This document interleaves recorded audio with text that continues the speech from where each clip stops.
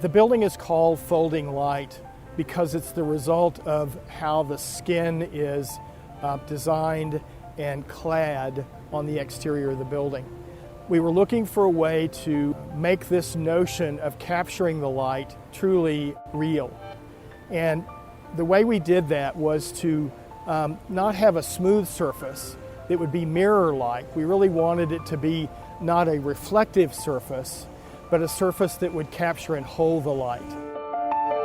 I think it would be fair to say that location or place, if you will, really drives much of what a building ends up looking like, frankly, if that's the question.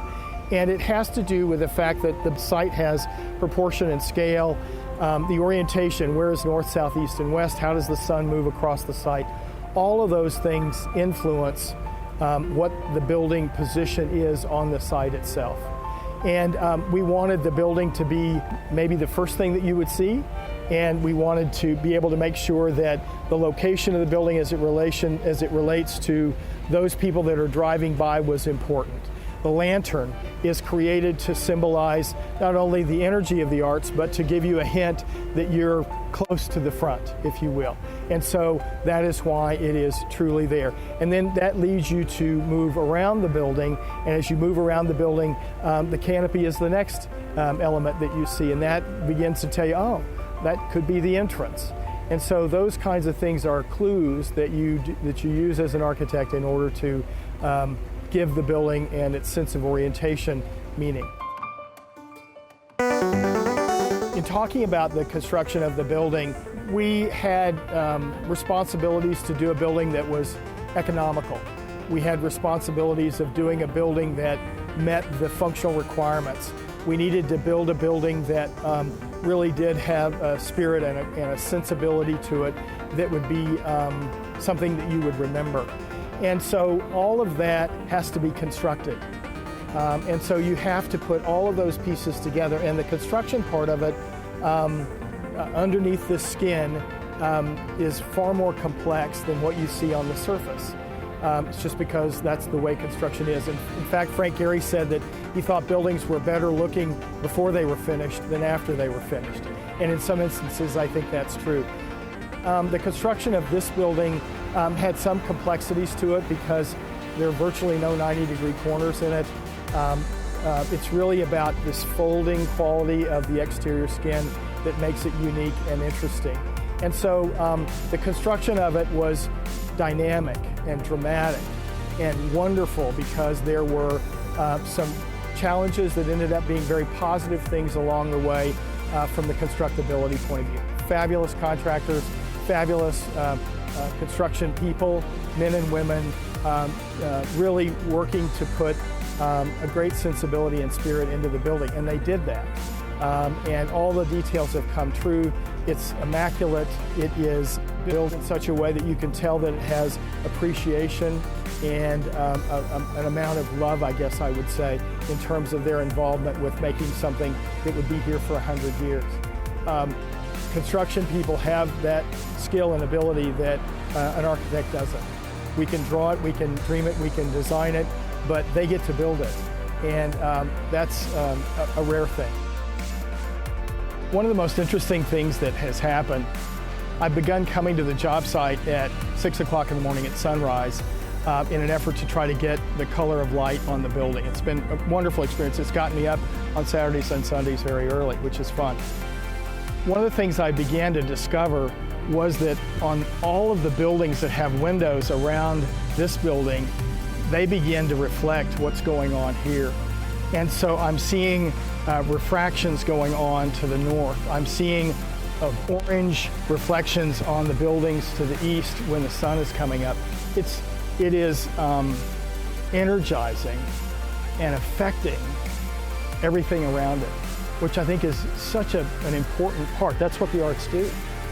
They affect those things around them. They make things generally better. They make you aware of circumstances and that kind of thing. And I sense that and I see that. And if anybody else were to come at sunrise and wanted to meet me for coffee, that would be great. And they could see that the building is affecting other things. I hope that the message that comes from people coming to the building or touring the building or seeing an exhibit or something like that is optimism. That life is a great thing, and that the arts contribute substantially to how we feel about ourselves, how we feel about our families, how we feel about where we are and the location that we are and that sort of thing. And so that optimism, that's what architecture really is a outward symbol of optimism.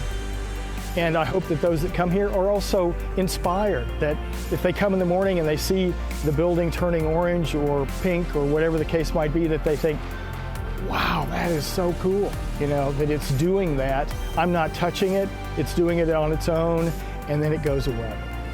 And then something else happens. If you follow the building and move it around, there's something happening to it all the time that you're experiencing, that you are a part of. Many of my friends and colleagues and those from Oklahoma City have commented that, why is the building the way the building is? And so I'll give them a brief understanding about what Folding Light means and its value, and it has caught on. And people refer to it as Folding Light, which is a very endearing thing to me. One of the most interesting things was that I'm often on the job site while it's under construction.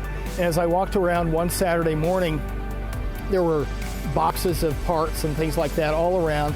And I went around one corner and looked back, and there was a box full of plumbing parts. And the plumber had written Folding Light on the box. And it's just so powerful because it tells you that he got it.